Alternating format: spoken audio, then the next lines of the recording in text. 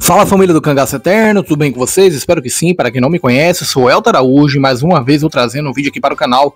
Antes de iniciar, já vou pedindo para que você deixe o like nesse vídeo e, se não é inscrito, por gentileza se inscreva. Ative o sininho de notificações para não perder nada do que acontece por aqui. Pessoal, continuamos a vender os livros do nosso querido escritor Bismarck Martins de Oliveira, Cangaceiros de Lampião de A a Z, em sua terceira edição. Tá excelente. Entre em contato comigo e saiba como faz para adquiri-lo. Assim também como o livro Antônio de Matilde, o mestre de armas de Lampião. Esse livro é uma novidade que trata sobre a história do tio de Lampião, um dos mentores para ele e seus irmãos entrarem para o cangaço. Agora, sem mais delongas, vamos para o vídeo. Jornal do Brasil, 11 de maio de 1977. A contagem regressiva para a morte de Lampião. Uma interessante entrevista com Joca Bernardo, o homem que em agosto de 1938 informou à polícia que conhecia a localização do esconderijo de Lampião e foi o responsável pelo massacre de toda uma família, perpetuado pelo cangaceiro Corisco, que buscou vingar a morte do rei do cangaço. Para não haver dúvidas de compreensão de texto, deixo claro que a morte de Lampião foi em julho de 1938. A fonte para esse vídeo é o blog Toque de História, com acesso também do blog Lampião Aceso. O blog Toque de História informa que recebeu o material original dessa reportagem com o nome do autor, no número da página 12, mas sem indicação de data e de publicação e do nome do jornal, ou revista. Sabemos que o jornalista Roberto Villanova publicou a reportagem semelhante no Caderno B do Jornal do Brasil, edição de 11 de maio de 1977, página 5, sugerindo a época de publicação original desse texto, que agora apresentamos. A história não reservou para Joca Bernardo, quase 80 anos de idade, uma linha sequer. Mas é bem melhor assim, porque ele entrou para a história íntima do sertão como traidor de Virgulino Ferreira, o Lampião, e talvez por arrependimento, recusou receber o prêmio maior pela delação, a patente de sargento da Polícia Militar de Alagoas. Por causa disso, sua esposa, desde essa época, lhe abandonou, depois de argumentar e tentar convencê-lo de que não deveria jogar fora a sorte. Como jogou, ela preferiu ir embora para São Paulo no primeiro pau de arara que cortou as estradas secas do sertão, não lhe dando mais notícias. Mas não é fácil encontrar Joca, apesar dele viver discretamente no distrito de Piau, pertencente a Piranhas, a mais de 350 quilômetros de Maceió, porque o sertanejo é também, antes de tudo, muito desconfiado. Aliás, a sua própria existência é só sabida por quem conhece a fundo a história de Lampião, como o presidente da Arena de Piranhas, Antônio Rodrigues, que ele descobriu para essa reportagem. Medo de morrer? A troca de identidade complementada pelos cumprimentos à mão estendida durou pouco, mas Joca Bernardo mantinha-se olhando por baixo dos olhos, como se estivesse diante de um tribunal. A pergunta se escondia com medo de morrer, respondeu que não, e explicou que era para evitar comentários que, na certa, iriam trazer recordações. Ele não desejava recordar as inconveniências naturais de um traidor. Nesse pé a conversa se expandiu e tomou gosto, porque se Joca se manteve durante todo esse tempo calado, chega mesmo um momento, principalmente na sua idade, em que o peso da consciência rompe a barreira do silêncio que se impõe por conveniências. O silêncio é quebrado também pelo conflito interno que Joca passou a viver logo depois da morte de Lampião, não porque traiu o bandido, mas porque, para escapar da morte que Corisco espalhou como vingança, acabou delatando um inocente. Ou seja, disse a Corisco, com quem se encontrou mais tarde, que o vaqueiro Domingos Silvino, empregado do sogro do tenente Bezerra, é quem havia delatado Lampião à polícia. Corisco foi à casa de Domingos e matou ele, a mulher, uma visita e 3, só deixou vivo apenas o de menor de idade, Antônio Silvino, que mora hoje em Piranhas e não quer ver Joca na sua frente. Foi o próprio Antônio Silvino quem relatou o massacre à sua família, e conforme Corisco disse a seu pai, Joca é o único responsável.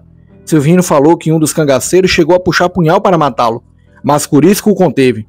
Nessa época, ele, Antônio, tinha 6 anos de idade e recebeu a missão de conduzir de burro as cabeças de toda a sua família, quem deveria ser entregue ao tenente Bezerra em Piranhas com um bilhete atrevido.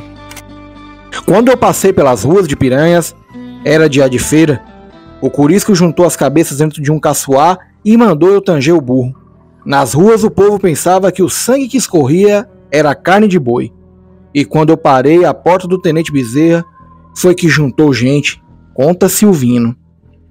Paramos aqui para fazer uma ressalva. Deixamos claro que a história original é contada de uma outra forma, mas estamos seguindo o texto original. Nega tudo. Joca Bernardo nega a delação ao vaqueiro Domingos Silvino, mas confirma que se encontrou com o Curisco até o seu relato do encontro. Surpresa e até mesmo as circunstâncias dele, Joca parece não mentir, mas na reprodução do diálogo ele acaba revelando uma certa frieza. Eu estava juntando o gado quando o Curisco pulou de cima de um lajedo. O Curisco e mais uns 5 cabras, inclusive a Dadá, que foi a minha salvação. Aí Curisco falou se era verdade que tinham matado o Lampião. Eu respondi que ouvi dizer. Até ele disse: vou matar muita gente para vingar a morte e vou começar logo por você. Aí Dadá disse: oxente, homem, que história é essa? A gente mata quem tem culpa, inocente não. Relatou. A história, segundo se sabe através do senhor Antônio Rodrigues, de tradicional família de piranhas e político influente na região, é bem diferente. Por isso soube que Joca havia traído o Lampião e foi procurá-lo. No encontro, disse que ia matá-lo. E Joca, com medo, falou que se morresse, seria inocente. E lamentou que tivesse servido de coiteiro para Lampião. E agora, qual o pagamento que recebia? Curisco titubeou, principalmente diante da interferência de Dadá, e resolveu tirar a história limpo. Foi então que Joca lembrou, maliciosamente, onde Lampião teria passado antes de ir para Angicos, seu até então inexpugnável esconderijo. Lampião, antes de atravessar o rio São Francisco, passou na fazenda do sogro do Tenente Bezerra, o fazendeiro Antônio Brito. Com isso, Joca quis insinuar que o vaqueiro Domingos Silvino Ventura, sempre à disposição para cumprir ordens e fazer recado do bando, teria denunciado os planos de Lampião de se alojar em Angico por alguns dias. A verdade é que Curisco aceitou a justificativa, senão teria evitado o massacre da família Silvino Ventura, de quem sobrou o propósito apenas Antônio Silvino, filho mais novo na época do vaqueiro. Traição a Lampião. Na verdade, Joca Bernardo não tinha nada contra Lampião, a quem ajudava na medida do possível para poder ir levando a vida sem ser molestado pelo seu bando, sem bem que tivesse de enfrentar as inconveniências da polícia, que sempre se confundia pelas arbitrariedades cometidas com os cangaceiros, às vezes praticando horrores em nome da lei, que bem da verdade era material, porque esta simbolizava na mira de um fuzil, bem azeitado e municiado. Assim, dentro do possível do acordo com os conformes, Joca e tantos outros coiteiros se prestavam a serviço a coitar Lampião e seu bando, porque não tinha a mesma escolha, e entre ser morto pelos cangaceiros ou pela polícia, o que dá no fundo no mesmo, era preferível morrer tentando ser fiel a Deus e ao diabo, mesmo sem saber quem era quem, ou seja, quem era Deus e quem era o diabo. Mas como a miséria só quer começo, um dos maiores coiteiros de Lampião, Pedro de Cândido, ninguém duvidava da sua ligação com Lampião, mas Pedro vivia imune em piranhas. No dia em que os cangaceiros se arrancharam em Angico, foi comprar queijo que Joca fabricava, e apesar de sempre levar dinheiro suficiente, dado por Lampião, acabava usurpando o chefe e não pagava as mercadorias, o que criava naturalmente um clima de animosidade, não só para ele, como para o bando. Tiro fatal. Naquele dia, porém, Pedro de Cândido inadvertidamente engatilhou a arma que desfechou em Lampião o tiro fatal. Utilizando-se da fama de valente, talvez imposta pelas condições de coiteiro chefe de Lampião, Pedro bateu a casa de Joca Bernardo para comprar todos os queijos que tivesse na hora ou a fazer durante os próximos 15 dias, que era o tempo de descanso dos cangaceiros. Joca respondeu que tinha uma encomenda de queijo do juiz de Pão de Açúcar e não podia ceder o volume já encontrado pronto. O argumento não foi levado em consideração porque Pedro de Cândido retrucou abusado. Cabra safado, eu tô pedindo o queijo e não quero saber a história. Vou levar tudinho agora mesmo, recorda Joca. Apesar de se saber que Pedro era coiteiro de Lampião, Joca ainda duvidou para quem seria tamanho carregamento de queijo, até que descobriu. Eu pensei assim, conta ele, o Pedro não negocia e se quer tanto queijo assim, só pode ser para muita gente. E se é para muita gente, Lampião tá por aqui. Joca não reagiu a Pedro de Cândido, levou todo o carregamento de queijo que havia sido encomendado pelo juiz de Pão de Açúcar. Mas naquele mesmo dia, o sargento Aniceto, que tinha ficado em Piranhas, enquanto o coronel Luceno, o tenente Bezerra e o aspirante Chico Ferreira saíram em diligência por Delmiro Gouveia, atrás de Lampião, foi informado da situação. O relato ainda é de Joca.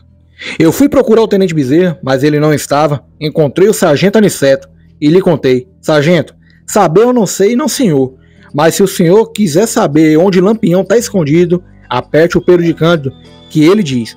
Agora só digo uma coisa ao senhor: Lampião está aqui por perto e não veio com pouca gente não. Tem uns 100 homens com ele. E contei também o caso dos queijos que Pedro me tomou.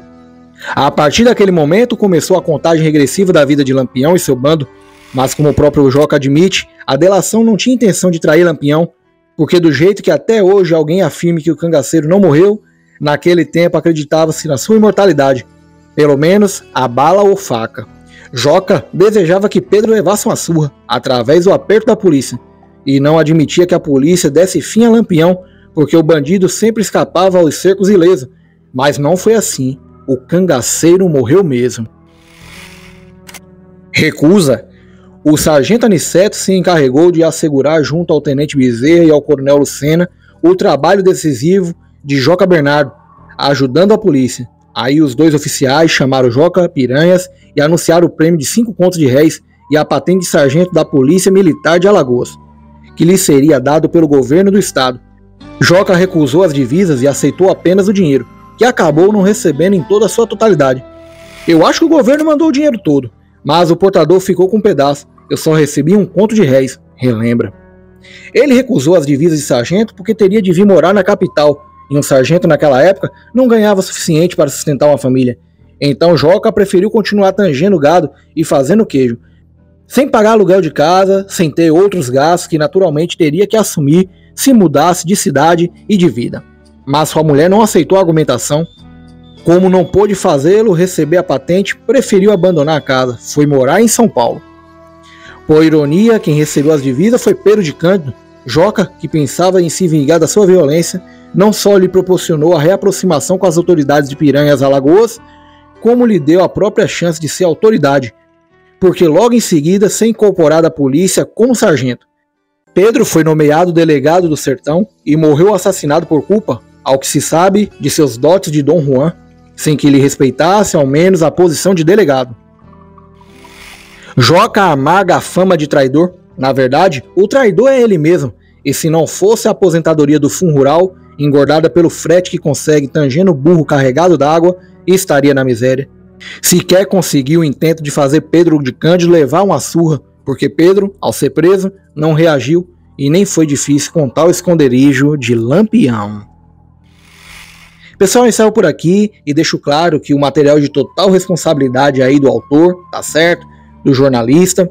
A gente sabe que tem muitas inconsistências nessa história, muitas palavras mal colocadas, muita história que tá trocada, mas é isso, é o relato da época. Espero que vocês tenham gostado. Se sim, deixem aí nos comentários, deixem também sugestões de vídeo.